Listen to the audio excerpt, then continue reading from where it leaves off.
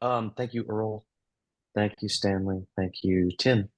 And then preemptively, thank you again, Tim, for graciously agreeing to support everybody's knowledge needs this evening, morning, afternoon. Everyone have at him. He's excited for your hardest questions, which he will derail from the difficult into the useful, no matter what you do. Thank you, Tim. I'll try my best, Ben. Thank you. I bet you will. All right, everyone. So it's kind of up to you now. What kind of questions do you have? You can ask me easy questions. You can ask me hard questions. Chloe, what are you doing there? 老师好，我有个问题， Okay, Violet, do you want to ask one?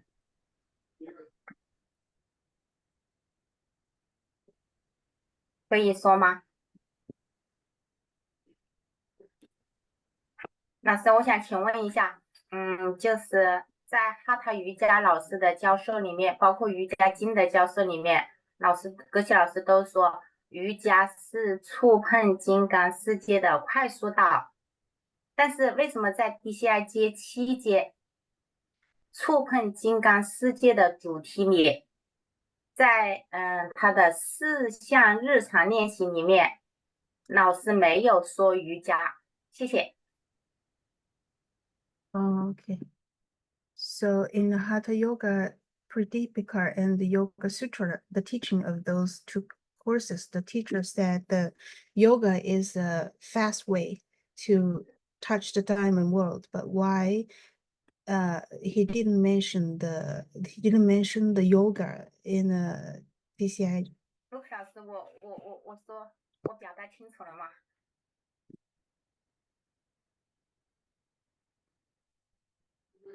Catherine, was that the end of the question? Yeah. Okay, so just so I want to repeat it and make sure I understood the question. She heard that yoga is a fast way to achieve realizations, but why? Yeah, in Yoga Sutra course and also the Hatha Yoga Pradipika course. Right, but why didn't he say it in DCI? Is that the question? Okay, cool. Thank you. Great. Wonderful question. Okay. So mainly when we're teaching, we teach to the audience, right? We teach to the people who are there with us. So oftentimes my favorite thing that Geshe Michael does is he'll stand in front of an audience and he'll say, "You are the best students in the entire world." Right? And everyone goes, "Yeah, that's awesome," right? And then they all feel really good about themselves. And then when you've been traveling with Geshe Michael, he says it almost in every city, right? So who's really the best students, right? And the answer is they're the best students that he's having in that moment, right?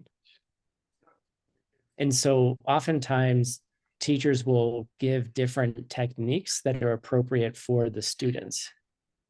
So in a yoga class, people that are really attracted to yoga, if they do their asana practices and they do their pranayamas and they do the Lady Ninguma practices and work with the inner winds and the channels, that is a very fast way for those students. But then we could say that, people coming to DCI, they may not be yogis. Maybe some of them are, maybe some of them aren't.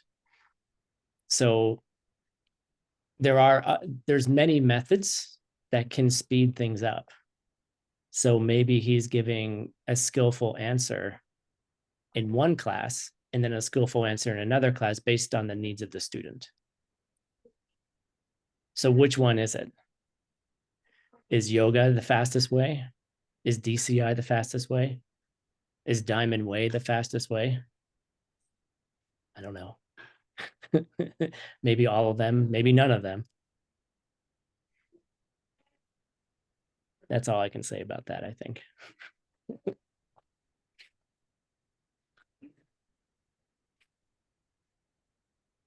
I would say do all of them, frankly, not hurting yourself, but try all of them. See what works for you. Maybe you're really attracted to yoga. Maybe you're like, oh, I can really, like one of my students, I've given them a yoga nidra practice. You know, I wouldn't give it to everybody, but I would give it to some, right? Because I think it would help them, and it did. But maybe the student needs a different practice at this moment. You know, I think this is an interesting question, I think. The other question is like, what if you hear contradictory advice from the teacher? Which is really what the question is. Then you got to sort it out yourself. And then why do you see contradictory responses anyway? Maybe that's coming from you too. All right, next question.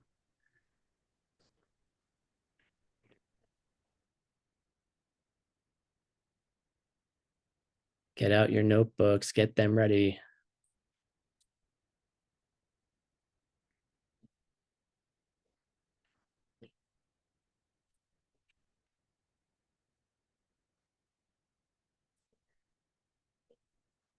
While you're Hello, Tim. Yeah, go ahead, Teacher. Ola. Yeah, go for May it. I ask you a question? Sure. With when we when we say plant seeds, but we also say keep the rules. I want to what's the difference? Oh, it's the same. Of I didn't understand the second one. You said plant seeds, and then what was the second option? keep the rule. Liana, I mean Keep the rules. Keep the rules. Do the yamas. I'm sorry, I 戒律 could you say the word in Chinese? And then 戒律，就是种种子和持守戒律之间，它是不同的，还是完全一样的？ Oh, do the yamas. Okay, okay. Yeah, thank you.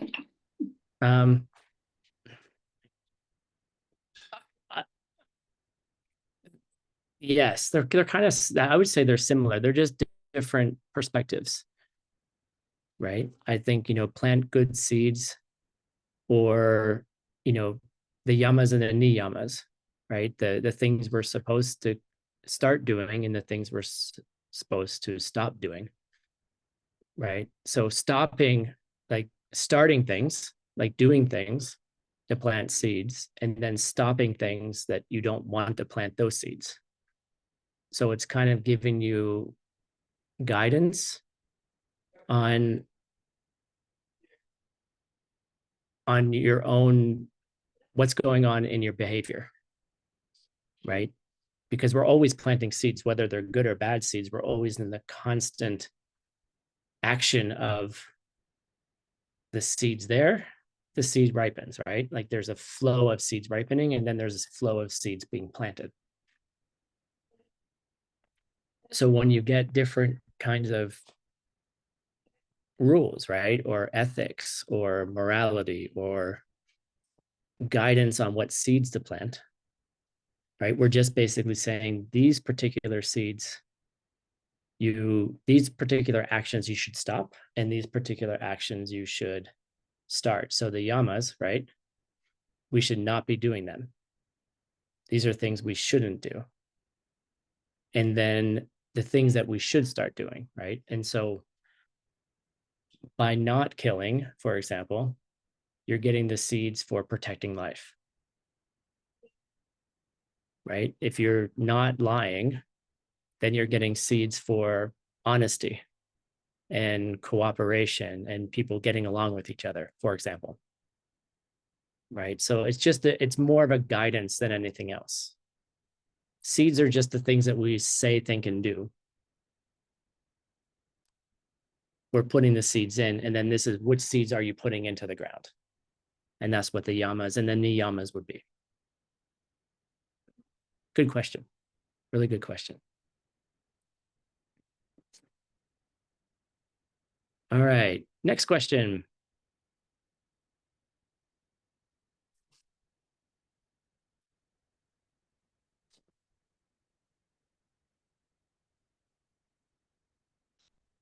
Lots of yoga questions.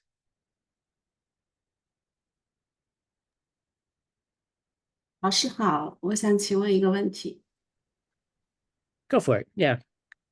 ，OK 吗？OK， Yes. 在七支的那个第三支，关于消除那个负面的种子，比如说，会消除一些这个保护生命的种子，但是不是每一个保护生命的这个坏种子都能够想起来？那是不是有一种方式可以，一次性的去消融的，就是更高效的去消融这些坏种子？对，这是我的问题，谢谢。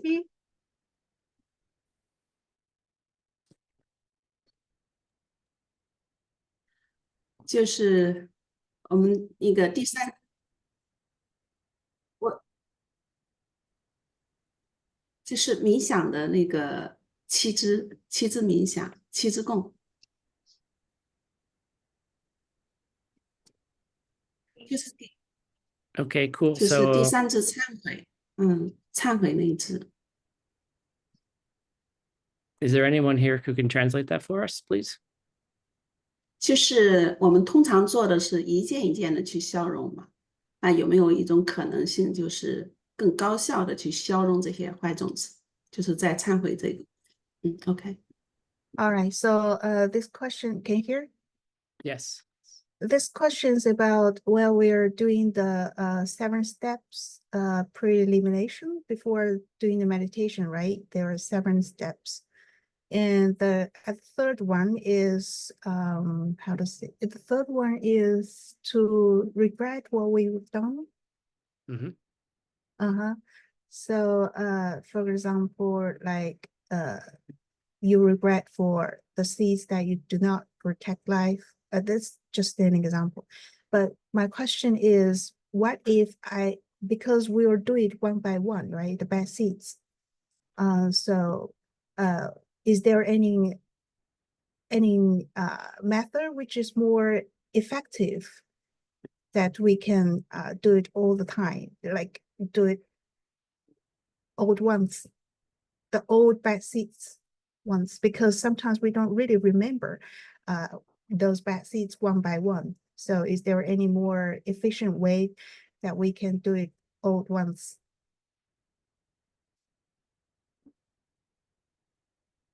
Okay, that's a good question.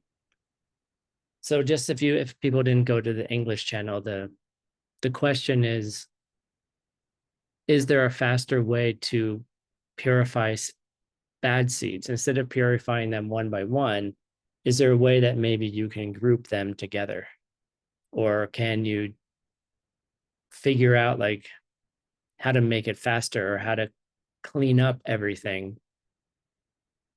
Yeah, it's similar questions. You're asking these questions about efficiency, right? Good questions. Like, how do we make this faster? And yes, there are ways to make it faster.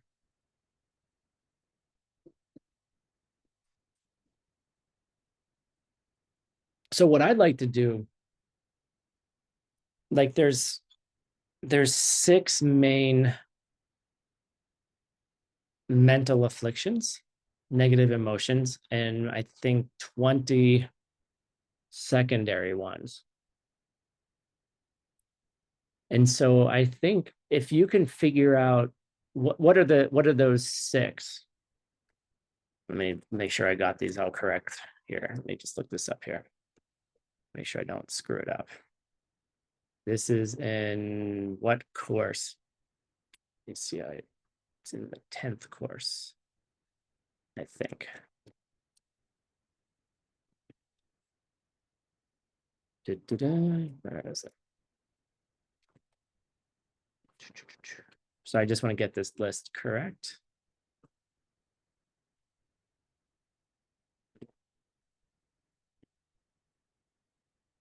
Someone else has that up faster than me, that would be great. Here they are. Here's the 6 primary. So the 6 primary ones are the wrong view, which is the wrong view of me and mine.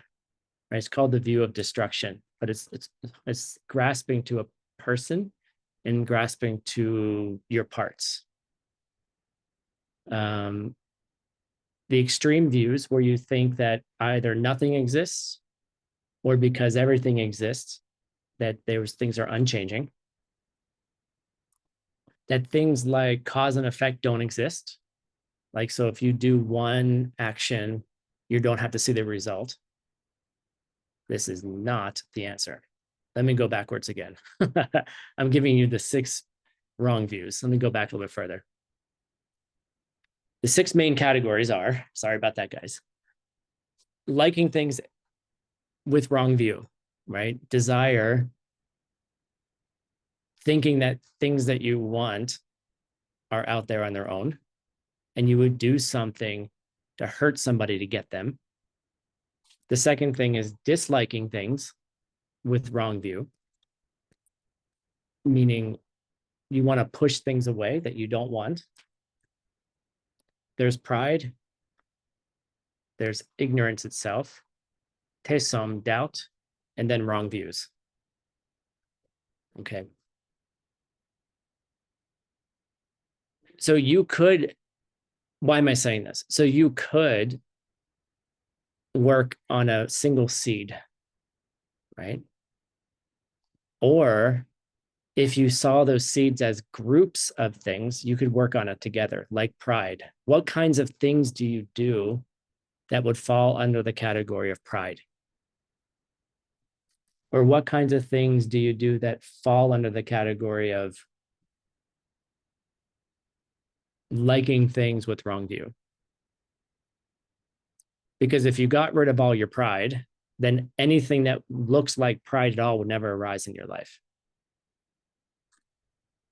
Or if you look at the secondary afflictions like anger or malice or jealousy, or not having shame and consideration, like stinginess or laziness, lack of awareness, dullness. There's a whole bunch of them. You can study them some other time.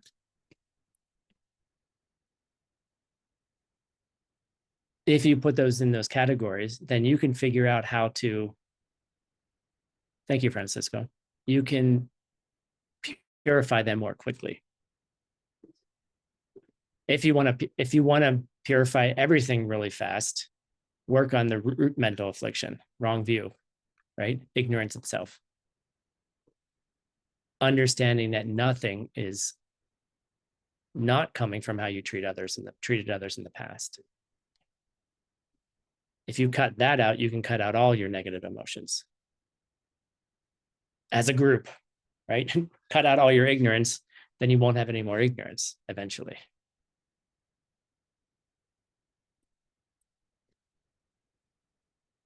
But I also think, okay, more generally, there are practices you can do that will help speed this up. And mainly, that means you have to learn the diamond way to do that. Sorry. All right, mainly. But I mean, there's things you can do to speed those up. And I would say that the quickest way to doing that is asking yourself the question, when something happens, why me? When something happens to you, whether good or bad or in between, you ask yourself the question, why me? Why do I have to experience this? Like, why do I have to see this? If you're in a meeting and someone is acting stingy or somebody is being rude, I got in a slight argument today with somebody at the coffee shop. And I just, in the middle of it, I was like, why do I have to see this? Right? I was like, why do I have to see this idiot? Okay. Why do I have to see this person who's being entirely illogical?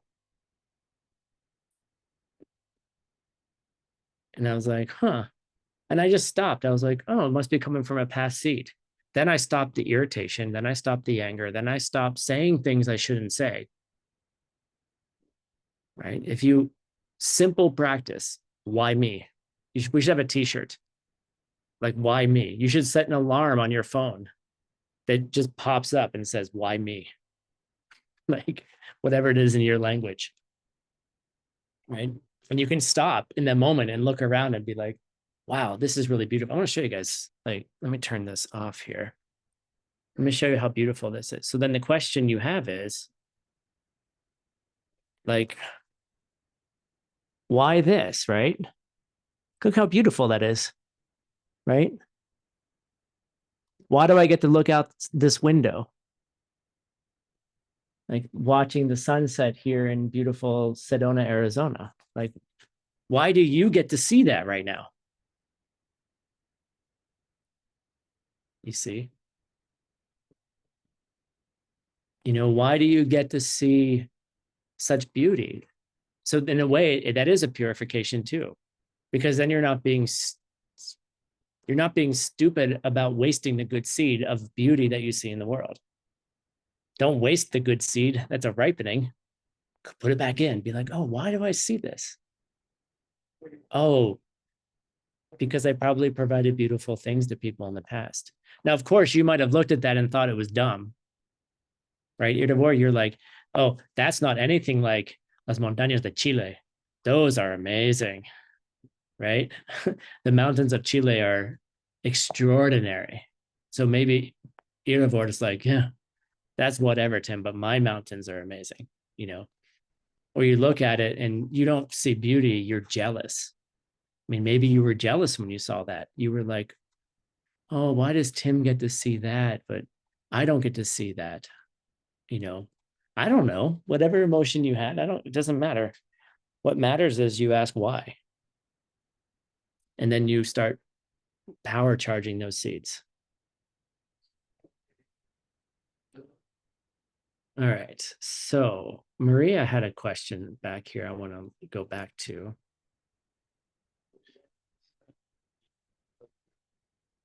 So Maria asked a question that in her practice, they come in like periods of good and periods of nothing happening. Thank you for the question, by the way, previously. You know, and she wants to know, like, there's like this cycle. Sometimes I have a good pattern of practice, and then sometimes I have nothing happening, right? Like I can't do my practice. Like I look at my meditation cushion, or I look at my yoga mat, or I look at my book and I'm like, whatever, right? And other times I'm like perfectly diligent, right? And the question is, how can we plant seeds for steady practice where you don't have those interruptions?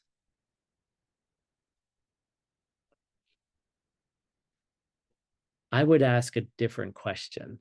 Sorry, Maria, you know I would do this anyway. You know, I wouldn't ask the question of like, how do I have periods where things are just always going versus like the ups and downs? Because, here we go. What am I going to say, Maria? Because you think a steady practice is the cause for realizations by itself, on its own, from its own side.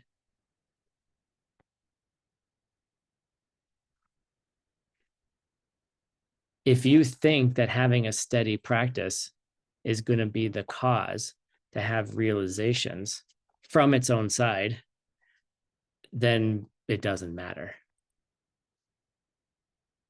Right? Now, does having a regular good meditation practice become the cause? Yes. To be able to see emptiness directly, probably. But you have to understand that a steady practice does not cause realizations at all. It can't. It has no power. Your retreat has no power. You did a month retreat, it does no power at all from its own side. But would Tim ever say, don't do a retreat? No. Would I say, don't have a practice? No. Right? You have to look at the question of like, what is the cause to have deep meditative focus? Does sitting on your cushion every day create that meditative focus?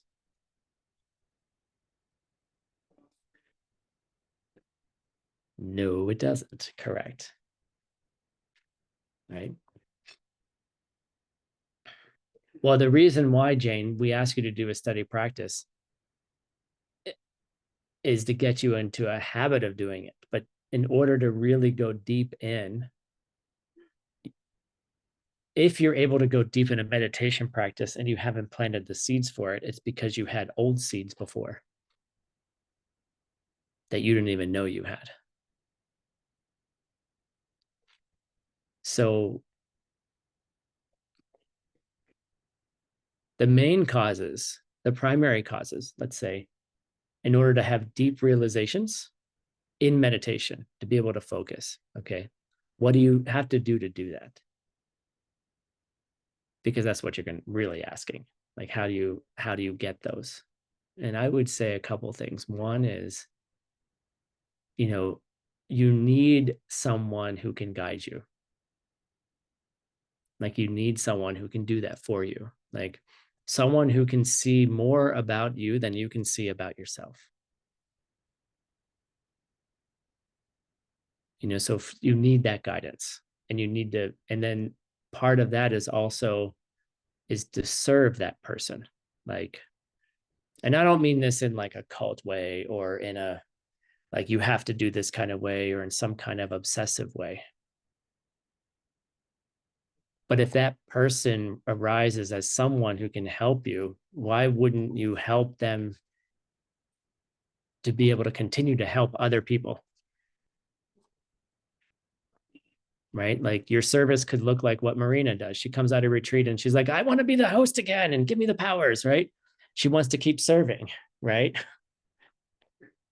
You see, she's serving the teachers, right? She's serving the Dharma. It's not the teacher you're serving. You're serving the spread of the ideas, because it's not a religion. It's none of that. None of this is religious. It's seeds, right?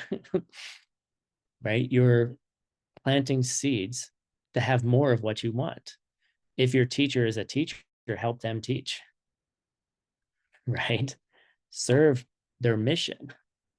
It's not about like giving them a glass of water. Maybe they want a glass of water, right? That's one way, but serve their mission.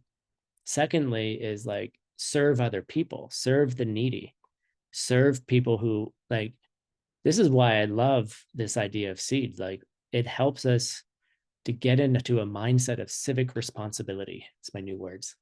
It's like, how do we take care of our environment? How do we take care of the people around us? Civic responsibility, right? My teacher lives in a town that doesn't have a fire station, and none of the houses have these, we call them fire hydrants, where you plug the hose in. So if your house is on fire, like, you can like put out the fire, right? His street doesn't have a fire hydrant.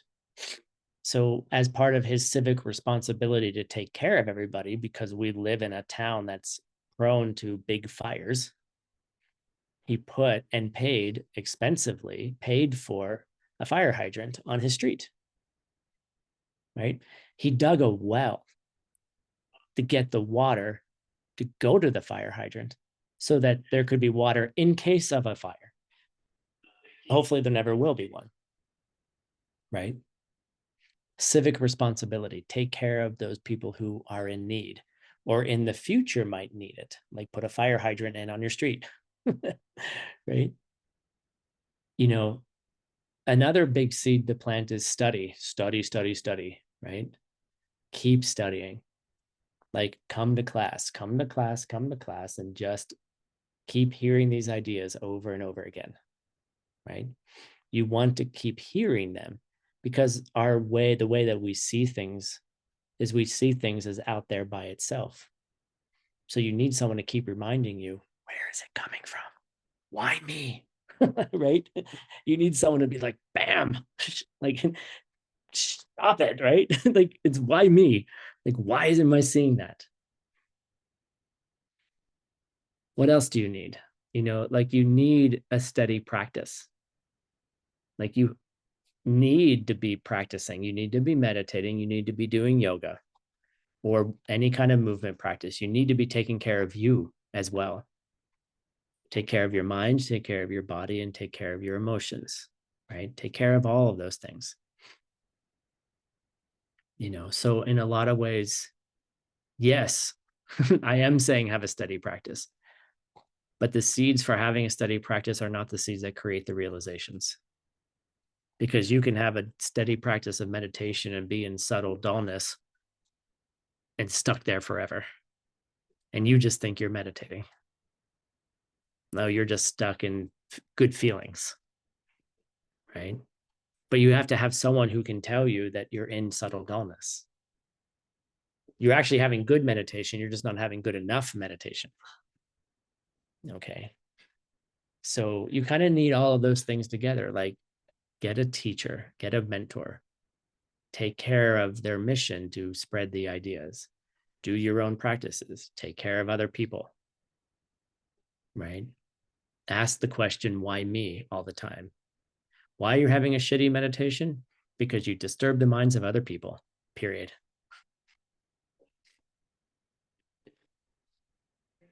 The guy that I got upset with at the cafe today, I disturbed his mind. So guess what? I'm going to have to see that. And immediately I was like, got to confess that. And I called one of my friends. I'm like, I can't believe I did this, tried to purify the seed really quickly. So yeah, things will go in cycles, but if you understand the why of the cycle, then you can be relaxed about the cycle. And if things aren't going well, pick up your book. Start observing the 10 non-virtues. Find out what seeds you're planting to create the little mess, and then just clean it up. But if you clean it up with wisdom, it cleans up a lot faster. I promise. Good question.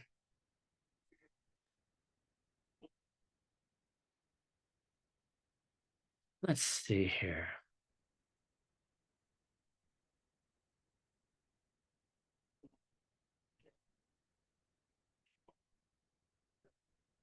This is a good question. Okay. There's a question here that says, wonderful things happen in my life, but I sometimes have small surprises.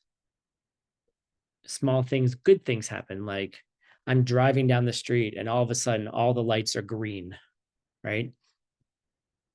Or that, I arrive at the elevator and it just opens up. I don't even have to push the button. It just opens up for me, right?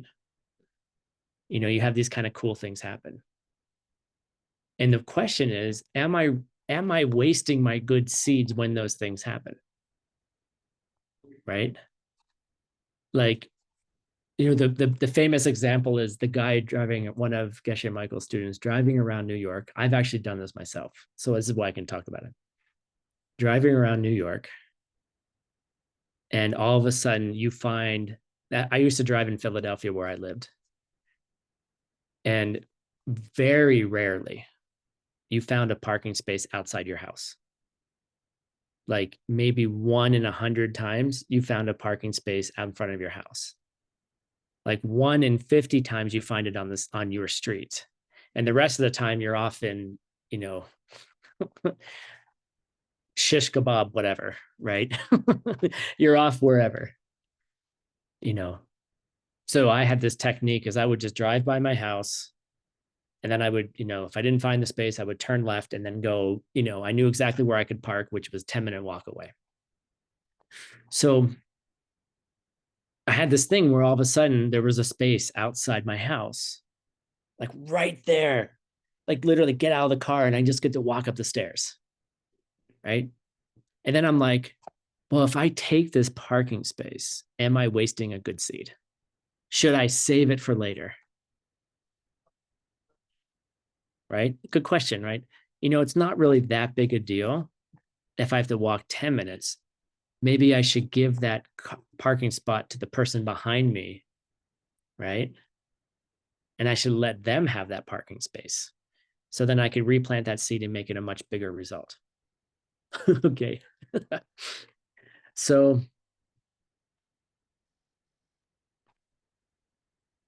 the answer really is based on your motivation, right? At a certain point, your seeds start getting so good that like things just start happening to you. You can't stop the good seeds from ripening. Like you can't stop the money flowing. You can't stop the parking spaces always being there,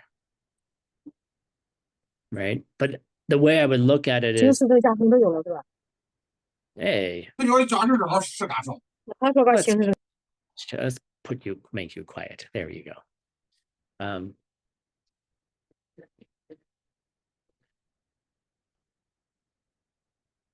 Let's say you walk into, this happens to me frequently.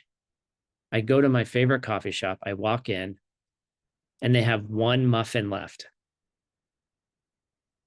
And the line is almost out the door. And you can almost feel that everyone waiting in line wants that one muffin, right? You have the luck to be up there, up front, and there's one muffin left. And you look behind you, and there's 15 people, and everyone's like, is he going to take the last muffin? Right? What do? Your good seeds have ripened. Your good seed has ripened that you get what you want. You get your muffin. That chocolate chip, soft, gooey muffin, right? The best that there is. And your seed ripened. What do? Right? First, you have to ask the question, why me? There's a couple of things going on. Why me? Well, look, I get a muffin. I get what I want. I've given people what they wanted. Secondly, why do I have some people behind me that aren't getting what they want? So I'm having multiple perceptions at the same time. A good seed is ripening, and then there's like 15 people behind me that all want that chocolate chip muffin. And only one person can get the muffin, right? Not everyone can get it. So now there's 15 people who can't get a muffin. Now, if I leave it there, but I'm like, you know what? If I know how to get more muffins in the world, then that means I should give that to somebody else so that there will be more next time. But it's still a problem. So the problem is, now this is where you have to get into, hi Laramie, it's good to see you. This is when you get into these kind of moral conundrums, I like to call them. They're like moral sticky problems, right? Like sticky, like when someone spills soda on the, on the table and it just kind of dries and it's sticky, right? It's just like, it's not bad, but it's kind of what's going on. So what do? And you have to evaluate, this will drive you, this could drive you insane when it comes to planting seeds. Don't go insane. Don't go to the mental hospital because you can't decide what seed to plant. Right? We are always going to be we're in a broken world already. So we're always going to be faced with various choices. Good seed that the muffin's there. There's 15 people that won't get it. That's a bad seed. But if I give it to the person behind me, they're going to get the muffin, but then 14 other people, including myself, won't get the muffin. But I know that I've planted a good seed, right?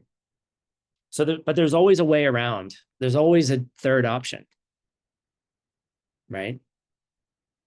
what I would do, because I would just be weird, I would turn and ask, how many people here want the chocolate chip muffin? Right? There's one. And let's say of the 15 people, 5 people want the muffin. Right? And I'll be like, cool, keep your hands raised. I'll buy the muffin and I'll ask them to cut it up into 6 pieces. And I'll give 1 piece to all the 5 people that wanted the chocolate chip muffin. They all get one, and I'll take the smallest one for myself. Right? So now everyone's happy, right? I just made the whole coffee shop happy. You got to get used to being weird, because a lot of people won't understand what you're doing. They'll be like, that was nice, but that was weird. Like, just be the weird one, right? Think of what is the best seed to plant in the moment. And sometimes it's the weirdest solution, and just do it, right? Be the weird one. That's what I would say. That's another good t-shirt. Be weird.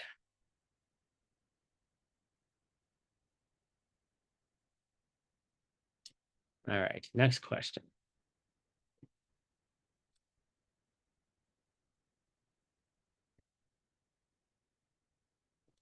There was a cool question earlier, but I'm not sure I want to answer it right now. Let me see.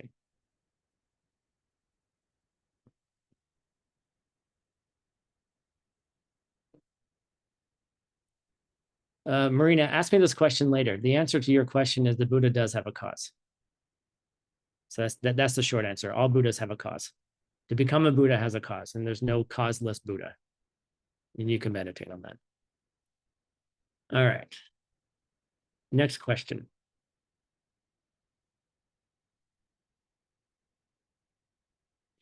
Okay, this is from, I don't know who this is from. This is like Shuling Fang, it looks like. She says, how is practicing equanimity related to achieving wealth? You know, how can we practice taking care of others in an equal way? And how does that relate to becoming financially independent? And I think this is a good question, because I think a lot of us worry about this. You know, I think a lot of us are, you know, worried, do we have enough money in our bank account? Do we have enough money to be able to take care of our family, right? One of my good friends is starting to think about their little kid and thinking about, oh, you know, I need to get them educated. You know, I need to figure out where they're going to go to school, and I'm going to have to pay for that. So how do I do that now? And I can't do it with the current money that I'm making. So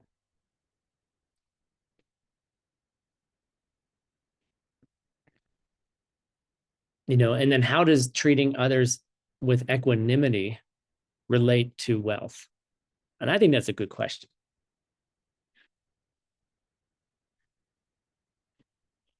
What is it that makes people, because we think wealth is something that's limited, right? There's a limited amount of money in the world.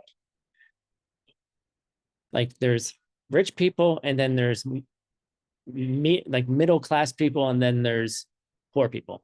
Okay, and there's the range, right? There's the range of having a little bit of money and a lot of money.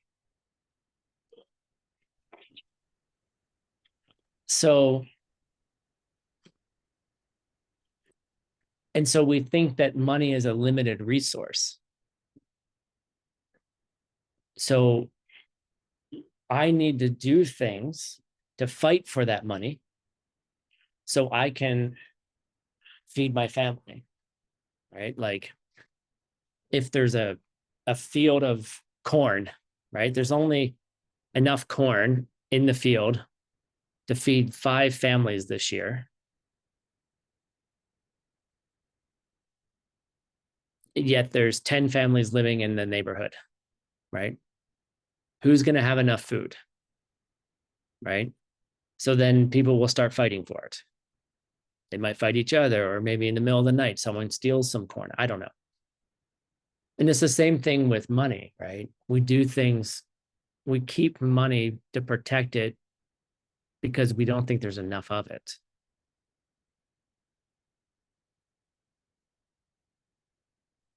And so how does equanimity relate to that?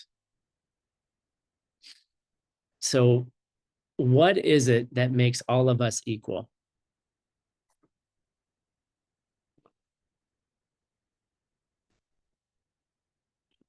Like if you're in a room of people, all different cultures, all different ages, you know, all different economic backgrounds, like what makes us all the same? Like different genders, different ages, different economic backgrounds, different languages, different cultures, right? What makes us the same, right? And this is the question of what makes us the same is that one, we're all the same in the sense that we're all equally empty, right? That we're all suffering beings, appearing as suffering beings. And then regardless of how much money people have, they will all get old and die. Watch someone who's lived a life of pleasure and a life of wealth and having everything they ever could possibly want and more get cancer. Or do all of these, oh, I'm going to go get stem cells now and spend all their money like trying to defy age, right? To make themselves look young, or going to the cosmetic store or getting plastic surgery or doing all these things that make us look younger, right?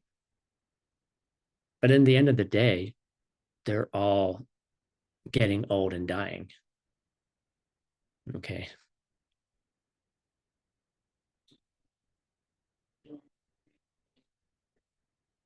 So where does the money come from, right? You know, does the money keep them from dying? No, forget it. There's no rich person that's never died, right? What are you going to do with that money when you get it? You're going to get old and die. Like, then what the F was the point, right?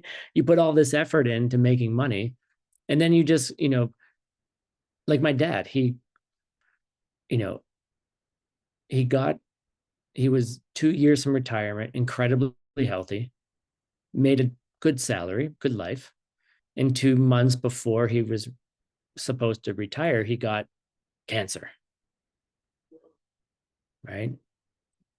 And then the next 2 years of his life, he's in treatment, like basically on the verge of dying, survives, but then his body is like 10 years older. And now he can't enjoy his retirement, right? And then, you know, he lives, you know, another 11, 12 years. And then all of a sudden, doctors are like, oh, the cancer is back. Now he's 76 and has cancer again, right? Can't escape it. Can't escape it. Death is a natural part of our life. So how do we face all of that? We're all facing it together. So just like the 6 people that won the chocolate muffin, right? That's how you treat everybody. Like that's how you become generous. Wealth comes from being generous equally to people. Don't just be generous to people who can give you more money, right?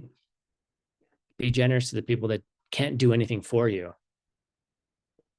right? Go help people that can't give you anything back. You know, treat everybody equally with generosity and wisdom, and then you will get the things that you need. And wealth doesn't have to look like your bank account. You know, it doesn't have to. It can look like other people taking care of you. It can look like all of a sudden, you know, all the food you ever need, people just give you food. Or it can look like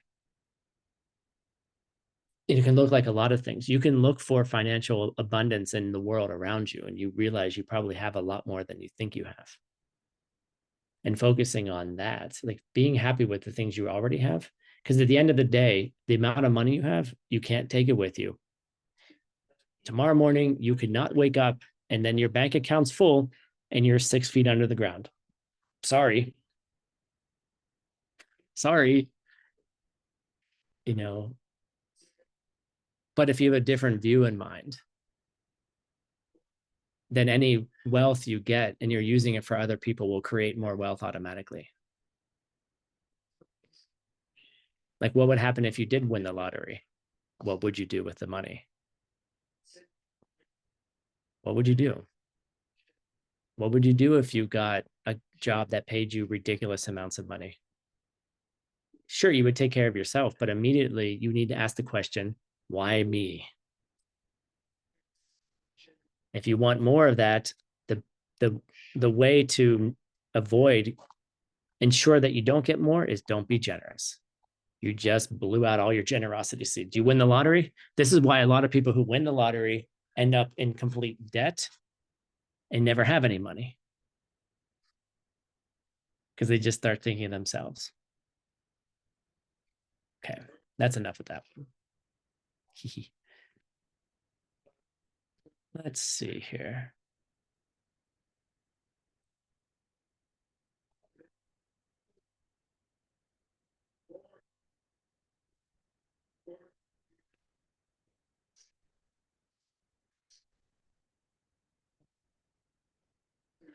This is a good question, and this is something that you all need to learn.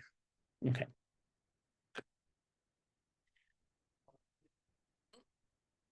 There's this little game that young kids play called Mushi Musum. And it's a game where you try to find the relationship between two things. Okay. And the question we always use is, what is the relationship of hard work and money? Which is related to the last question. Because normally we think people that work hard can make a lot of money. I just need to work harder. I just need to work harder. And so let's play the game. And this, you can put anything in here, and you have to learn to play this game because you will recognize that 99.9% of the things you think are the causes are not. So you have to use cold-hearted logic. There's no emotion in it. Okay, sorry. So hard work and money. Here we go. Is there someone who works hard and makes money? Can you think of someone in the world who works hard and makes money? I hope the answer is yes. Okay. There's some people who work hard and they make a lot of money. Are there people in the world who work hard and don't make money? Can you think of someone who works really hard and doesn't make a lot of money? Yeah, I can. It's a lot of it's inequality in our societies. Okay. Let's say people who work in hotels who clean all the rooms. They work their butts off. They work really, really hard. They don't make a lot of money, at least in the United States, they don't. I would say even some of them work harder than I do. Right? So they're working their butts off, but make a lot less money. So that exists. Is there someone who doesn't work hard at all, but has a lot of money? Those are the most annoying people. Do you know someone who never worked hard, but has a lot of money? Right? Maybe someone was born into a wealthy family. Right? Maybe they inherited a trust fund or something. They didn't have to work, but they just had all the money in the world. And are there people there who don't work hard and don't have money? We know those people too. Okay. So there's 4 relationships between those 2 things. Learn this, okay? Learn this. And you can put anything in there. Like, what are the possible relationships? Work hard, makes money, yes. Works hard, but doesn't make money, yes. Doesn't work hard, but makes money, yes. Doesn't work hard and doesn't make money, yes. So the question is there a relationship, a causal relationship between working hard and making money? If you can say all 4 of those possibilities, there is no causal relationship between it. But somehow we believe deep inside of us that most of the time, working hard means you make a lot of money. Because someone would argue, well, you know, that housekeeper didn't work hard earlier in life, so now they have to work hard later in life. That's what we'll say, right? Come on. If you really think about it, it's not true. It's not true at all. Because you could find a person who didn't work hard early in life and then worked hard later in life and didn't make any money. You could find someone who didn't work hard early in life and then worked hard later in life and made money, right? You can have someone who worked hard early in life and didn't work hard later in life and made money. And you can have people who worked hard earlier in life, excuse me, and worked hard later in life and don't have any money. Okay, there's 4 possibilities. All right.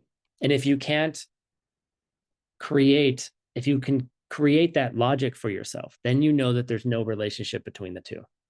Yashang asked, well, Tim, what if the variable is a time delay? She said, well, Tim, actually, there's a 3rd variable there. They just have to wait for the money to come. Well, add that variable in there and you can find the situation where all 4 people, they waited, they didn't wait, right? Just do the mushi musum with that one, Yasheng, and you'll find that, again, there's no relationship. What is the cause for wealth? Is your generosity. That will always create wealth. Now, this is an interesting question, and this is actually going to be part of what I'm interested in teaching later, is what happens when I'm very generous, Tim, and I'm doing the 4 steps, and I'm doing all these things, but I still don't see those seeds ripening. Like, why? The question is always why. You weren't happy. And that's, what's that word? You weren't happy enough when you did it. That's probably part of the case, yes. But Word and I would actually argue that there might be other things. There's other seeds that have been blocking you, and you got to go look for those things.